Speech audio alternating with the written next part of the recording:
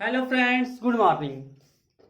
आज हम पढ़ेंगे लेसन 1A क्लास 9 का जो एक्सरसाइज है उसका 1A। हम लोग जो बुक यूज कर रहे हैं वो डॉक्टर मनोहरे का बुक यूज कर रहे हैं। बात समझ में आ रही है? ये बुक इसलिए आपको यूज कराया जा रहा है ताकि इसमें अधिक से अधिक एक्सरसाइज दिया गया जिसको बहुत ही आसानी से सॉल्व कर सकते हैं। ठीक है, चलिए क्वेश्चन नंबर फर्स्ट देखते हैं। क्वेश्चन नंबर फर्स्ट दिया गया है कि 1 और 20 के बीच सभी समस्त सम संख्याएं लिखिए। कहां से? 20 से लेकर के 40 तक। क्या लिखना है आपको? सम संख्या। तो सबसे पहले हम सम संख्या का बता देते हैं। सम संख्या का मतलब होता है ऐसी संख्याओं को हम सम संख्या कहते हैं जिनके लास्ट में यानी अंत में कितना आता है? 2, 4, 6, 8 और क्या आता है? 0। जिस भी संख्या के अंतिम में ये सभी आते हैं उनको हम क्या कहते हैं? सम संख्या कहते हैं। क्या कहते हैं बच्चों? सम संख्या कहते हैं। जैसे आपको लिख दिया जाए 286, 68, इसके लास्ट में कितना आया है? 8 आया है कि नहीं आया है? इसको आप सम संख्या कहेंगे। समझ गए? 772, इसके लास्ट में कितना आया है? 2 आया है, तो इसको हम क्या कहेंगे? सम संख्या कहेंगे। तो बातें समझ आ गई। 20 और 80 के बीच में सम संख्याएं आपको लिखना है। तो 20 और 80 के बीच में जो सम संख्याएं होंगी वह 20 के बाद 22, फिर 24, एक एक का अंतर करके लिखेंगे तो आपको मिलता जाएगा। 26, 28, 30, 32, 34, 36, 38, बस यही है तो जो 20 और 40 के बीच में सम संख्याएं आती हैं। बात समझ में आ गई। क्वेश्चन नंबर 2, 1 से 10 तक अभाज्य धन पूर्णांक लिखिए। ध्यान दीजिए, अब आपको अभाज्य संख्या लिखना है। अभाज्य संख्या 1 से 10 के बीच अभाज्य संख्या। आप याद कीजिए कक्षा 8 में एक दिन हमने पढ़ाया था आप लोगों को कि भाज्य और अभाज्य किन्हें कहते हैं। ये पढ़ाया गया था कि नहीं पढ़ाया गया था? पढ़ाया गया था ना।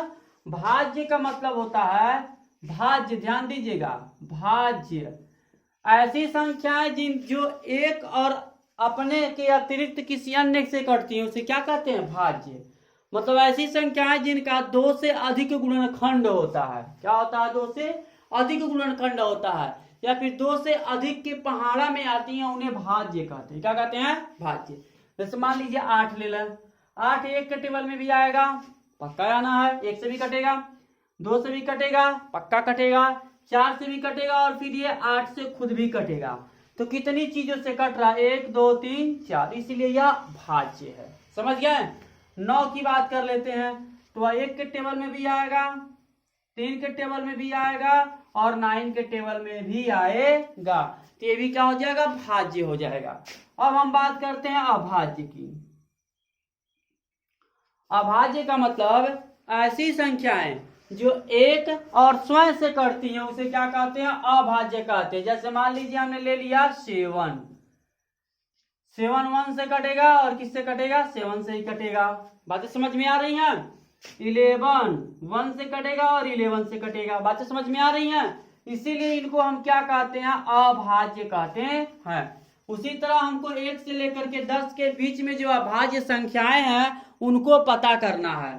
तो अगर हम बात करें तो 1 न तो भाज्य होता है न अभाज्य होता है। आज ये अपने कॉपी में नोट कर लीजिए, जो 1 होता है ये न तो भाज्य होता है न अभाज्य होता है। 2 हो गया, 3 हो गया, 4 नहीं होगा क्योंकि वह 1 के टेबल में भी आएगा, 2 के टेबल में भी आएगा और 4 के टेबल में भी आएगा। 5 हो जाएगा, फिर 7 हो जाएगा और 10 के बाद तो जाना नहीं है। ठीक है, तो आपसे कभी कभी प्रश्न पूछा जाता है, इसका आंसर है ये नहीं होगा। आपसे कभी कभी पूछा जाता है सबसे छोटी अभाज्य संख्या कौन सी होती है? 2 होती है। क्या होती है? 2 होती है। ठीक है, तो ये हो गया क्वेश्चन नंबर 2। बहुत इजी चैप्टर है जिसको आप बहुत आसान तरीके से सॉल्व कर सकते हैं। समझ रहे हैं बच्चों? तो घर पे घूमिए मत, ऑनलाइन जो आपका क्लास चल रहा है उसको देखिए और घर पे बैठ के मन से पढ़ाई कीजिए। बातें समझ में आ रही हैं? चलिए अब चलते हैं थर्ड क्वेश्चन पे। थर्ड क्वेश्चन कह रहा है 3a + 1 का क्रमानुयायी पूर्णांक बताइए। ठीक है, तो एकदम इजी तरीके से कर 3a+1 का क्रमानुयायी पूर्णांक बताना है। पूर्णांक का मतलब यह एक क्रम से आना चाहिए। क्या आना चाहिए? क्रम से आना चाहिए। बात समझ रहे हैं? तो आपको करना कुछ नहीं है, दो संख्याएं जब क्रम से आती हैं तो उनमें क्या करते हैं, बार बार एक जोड़ दिया जाता है। जैसे हमने कहा एक के बाद जो क्रम से संख्या आएगी वो कितनी आएगी? 2। बातें समझ में आ गई? पूर्णांक भी होना चाहिए। क्या होना चाहिए? पूर्णांक भी है दोनों। 2 के बाद क्या आएगी? 3। 3 के बाद क्या आएगी? 4। तो आप देखेंगे सब में कितना किया जा रहा? +1 किया जा रहा कि नहीं किया जा रहा? इसी को क्रम अनुयायी कहते हैं। तो उसी तरह से इसके बाद की अगर हमको संख्या बतानी है तो लिखेंगे 3a+1 के बाद 3a+1, ये तो रहेगा ही, और इसमें एक आपको जोड़ देना है। तो रिजल्ट कितना आएगा? 3a+2। अब इसके बाद कितना आएगा? 3a+2 के बाद तो 3a+2, इसमें एक जोड़ देंगे तो 3a+ कितना हो जाएगा? 3। इसके बाद कितना आएगा? 3a+4। इसके बाद कितना आएगा? 3a+5। ऐसे ही आपको करके लिखते चले जाना है। बातें समझ में आ रही हैं? राइट कीजिए। बात करते हैं क्वेश्चन नंबर 4 की। तो 2/3 का योज्य प्रतिलोम ज्ञात करना है। क्या ज्ञात करना बच्चों? योज्य प्रतिलोम। योज्य प्रतिलोम को योगात्मक प्रतिलोम भी कहा जाता है। ये बातें ध्यान में रखिएगा। योज्य प्रतिलोम का है चाहे योगात्मक प्रतिलोम का है, ठीक है, एक ही चीजें होती हैं। प्रतिलोम का है केवल या फिर गुणात्मक प्रतिलोम का है, ये दोनों चीजें एक ही होती हैं। अब आते हैं हम क्वेश्चन नंबर 4 पे। इसमें कहा योज्य प्रतिलोम। किसी भी संख्या का अगर आपको योज्य प्रतिलोम ज्ञात करना है तो उसके आगे लगे हुआ जो चिन्ह होता है उसको आपको क्या कर देना है? चेंज कर देना है। क्या कर देना है? चेंज कर देना है। लाइक जैसे मान लीजिए हमने लिख दिया -5, कहा इसका योज्य प्रतिलोम बताइए कितना होगा? तो कितना हो जाएगा? +5। बात समझ रहे हैं? हमने कहा 8/9 का योज्य प्रतिलोम बनाइए, तो इसके आगे कोई चिन्ह नहीं है तो प्लस होगा ऑलरेडी, तो ये क्या हो जाएगा? -8/9 हो जाएगा। बातें समझ में आ रही हैं? हमने कहा कि -7/12 का योज्य प्रतिलोम बताइए, तो क्या करेंगे? इसके आगे माइनस है तो हो जाएगा +7/2। इस तरह से हम क्या पता करते हैं? योज्य प्रतिलोम पता करते हैं। ठीक है, तो क्वेश्चन नंबर 4 में कहा जा रहा है 3/4 का पता है, सॉरी 2/3 का 2/3 का योज्य प्रतिलोम कितना होगा? तो वह हो जाएगा -2/3। हमने चिन्ह को बदल दिया, इसके आगे प्लस था तो उसके आगे क्या लगा दिया? माइनस लगा दिया। बातें समझ में आ रही हैं? 5 नंबर क्वेश्चन में कहा जा रहा है गुणात्मक प्रतिलोम। गुणात्मक प्रतिलोम का मतलब होता है कि जो भी संख्याएं दी गई हैं उनके अंश को हर बना देते हैं और हर को क्या बना देते हैं? अंश बना देते हैं। तो इसको हम कहते हैं गुणात्मक प्रतिलोम। क्या कहते हैं बच्चों? गुणात्मक प्रतिलोम। जैसे मान लीजिए आपको हमने दे दिया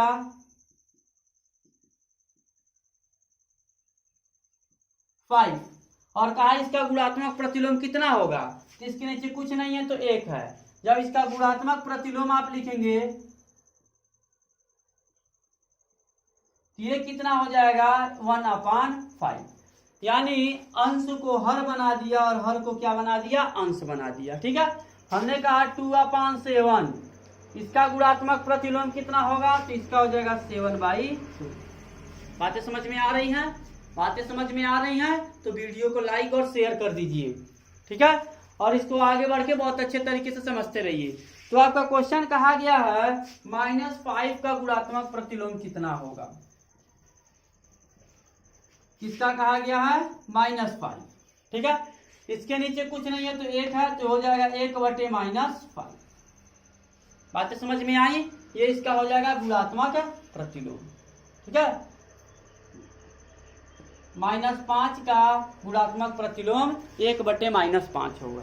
ठीक है, क्वेश्चन नंबर 6 P+Q और P-Q का योज्य प्रतिलोम बताइए। ठीक है, क्वेश्चन नंबर 6 में कहा है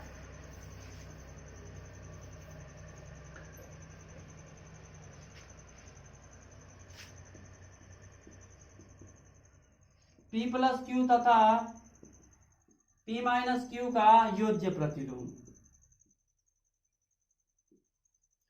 योज्य प्रतिलोम का मतलब होता है योगात्मक प्रतिलोम, और योगात्मक प्रतिलोम का मतलब हो गया, आपको बताया गया है कि आपको क्या करना है, बस P प्लस क्यू दिया है का योज्य प्रतिलोम कितना है, माइनस P प्लस क्यू। अब क्या करेंगे, गुणा करेंगे, माइनस प्लस मिलके माइनस हो जाएगा, माइनस प्लस मिलके माइनस हो जाएगा, कितना आएगा, माइनस P माइनस क्यू। ये इसका क्या आएगा, योज्य प्रतिलोम। उसी तरह कहा है P माइनस क्यू का, किसका, P माइनस क्यू का योज्य प्रतिलोम कितना हो जाएगा, P माइनस क्यू दिया है, इसके आगे माइनस लगा देंगे तो minus plus minus, minus minus plus. बातें समझ में आ रही हैं। यह आपका क्या हो जाएगा, इसका फर्स्ट, और ये हो जाएगा इसका सेकंड। इसका क्या निकला गया है, योज्य प्रतिलोम निकाला गया है। अगला कौन है, x के किस मान के लिए इतना कथन सत्य होगा। बातें चले अब आगे। 7 नंबर के क्वेश्चन को आप सॉल्व करने के लिए बहुत सारे तरीके, 2-3 तरीकों से सॉल्व कर सकते हैं।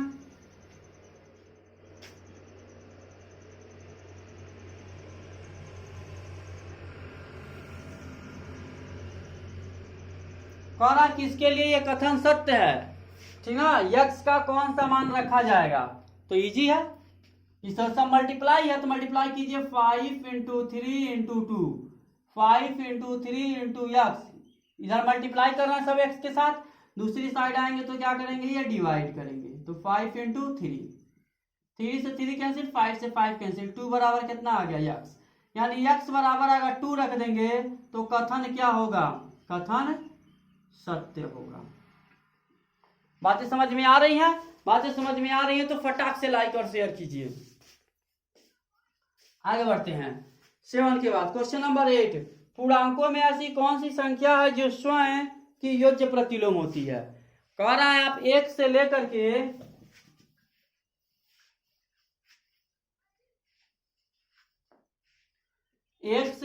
0 से 1 2 3 4 डॉट डॉट अनंत तक लिखते हैं। इसमें कौन सी ऐसी संख्या है जिसका योज्य प्रतिलोम बराबर होता है। जैसे मान लीजिए अगर 1 लेंगे तो इसका योज्य प्रतिलोम कितना होगा, -1 होगा, क्योंकि प्लस है तो माइनस है। तो इस 2 लेंगे तो कितना होगा, -2 होगा। तो इसमें कौन सी ऐसी संख्या होगी जिसका योज्य प्रतिलोम बराबर पाया जाएगा। ठीक है, तो 0 कौन सा है, 0। 0 एक ऐसी संख्या है जिसका योज्य प्रतिलोम क्या होता है, बराबर होता है। ठीक है, 0 को -0 लिखिए चाहे +0 लिखिए, बात आपस में क्या होती है, दोनों बराबर होती है, 0 0 ही होता है। तो लिखेंगे 0 का योज्य प्रतिलोम बराबर होता है। बातें समझ में आ रही हैं। चलिए अब चलते हैं क्वेश्चन नंबर 9 पे। क्वेश्चन नंबर 9 कहा जा रहा है यदि a एक सम पूर्णांक है तो दिखाइए कि इतना इतना इतना एक विषम पूर्णांक होगा। ठीक है, ये कहा है a -1 a + 1 क्या होना चाहिए, आपका विषम होना चाहिए। क्या होना चाहिए, विषम। ठीक, जबकि कह दिया है a एक सम है। a क्या है, आपका एक सम है। a एक सम पूर्णांक है। ठीक है ना, जब ये सम पूर्णांक है तो हम आगे बढ़ते हैं, इसको लिखेंगे सम है तो ये बराबर पहले 2 भर के देख लो कितना आ रहा है, विषम आ रहा है कि नहीं आ रहा है। तो इसी में भरना है आपको, तो 2 - 1 2 + 1 2 3 सॉरी 1 हो जाएगा, 1 3 जा 3, ये आपका क्या आ गया बाबू, विषम। कोई दिक्कत। अब क्या भरेंगे, फिर से ए बराबर भर लेते हैं। 2 के बाद सम क्या आता है, 4, क्योंकि सम ही आपको भरना है। क्या करना है, सम ही आपको भरना है। भरिए सम यहाँ पे,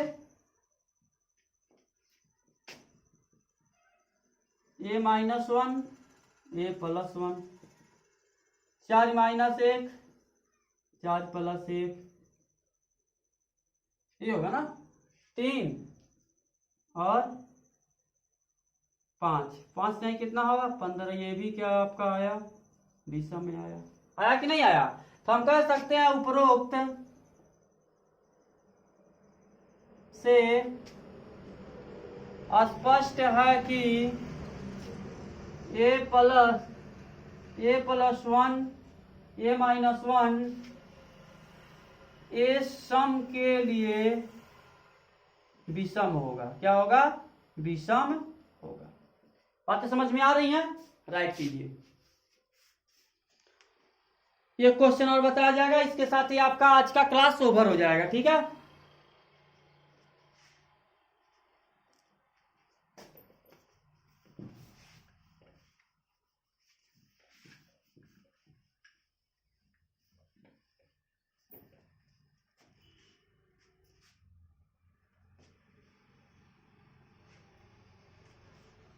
कह रहा है संख्या रेखा पर 5 और 7 का योग लिखिए। क्या लिखिए 5 और 7 का योग संख्या रेखा पर। संख्या रेखा बनाएंगे,